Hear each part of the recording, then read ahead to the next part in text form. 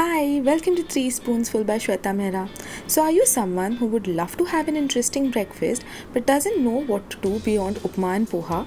So, here we have some lovely oats idli for you. But before we get started, could you please spare a minute or two and subscribe to the channel and hit the bell icon as well? It would mean a lot to me if you did. So, please subscribe. So for oats idli, what we are going to do is we are going to take some oats. I have just taken regular oats and blended them in the mixer. I've just made a very fine powder. Along with it, we are going to use some semolina or rava. I'm using some chopped up vegetables, but you could skip the vegetables. But of course, if this is breakfast and you add the vegetables, it's going to be even better. So let's get started. What I have here is 2 cups of powdered oats. To it, I'm adding 1/4 cup of semolina, that is rava, and 1/4 cup of curd. This is just fresh homemade curd.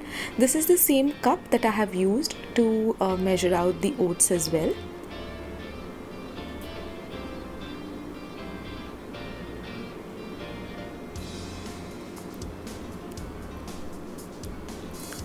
Now to it, we are going to add these vegetables. I have some chopped capsicum, chopped onions and boiled carrots and peas. You could go in with any vegetables you like. You could add some spring onions or beans as well. And these are the things that we are going to be using for our tempering. So we are not going to put them in the batter right away.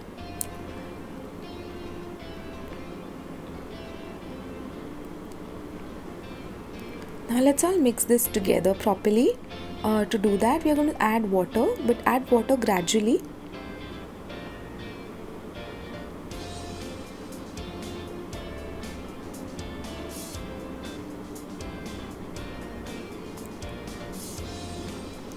Choosing oats for breakfast is a fabulous idea because oats gives you a lot of fiber. It's rich in iron as well, so it's great for people who have an iron deficiency. And if you have oats in breakfast, you're going to remain fuller for longer.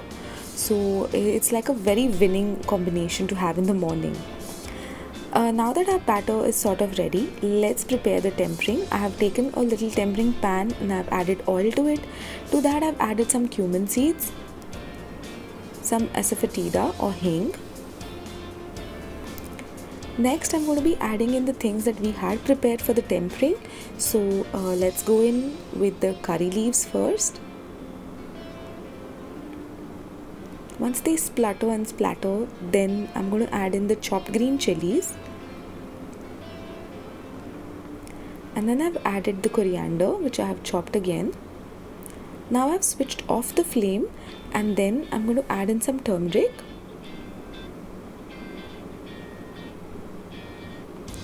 Turmeric just gives a lovely color to the oats, and of course turmeric is also very healthy. So let's add this tempering to our batter. First I'm adding some salt here.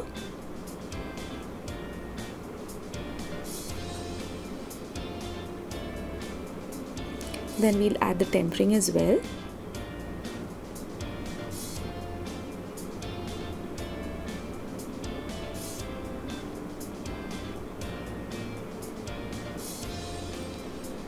Now let's get mixing again and mix this nicely.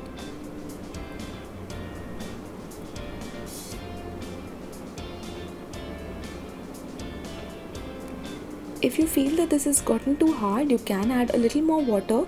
The oats and the semolina both absorb water and the curd, so they become fluffed up. So you can add more water, and in the same way, if a little extra water does fall into your batter by mistake, don't fret at all, because all you need to do is rest it for a little while longer and the batter will be perfect. So this is the consistency we are looking for. Let's rest it for around 10 minutes and then we are going to start making the idlis. So you can see this is the batter which I have rested for some time.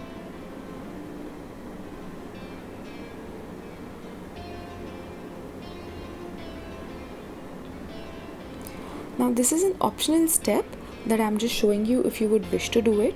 You have to add in 2 teaspoons of water around, and then add in some baking soda if you want, but this is completely optional. Some people feel that this makes the idlis fluffier. I generally make the idlis without even adding baking soda and they turn out absolutely well. So it's an optional step.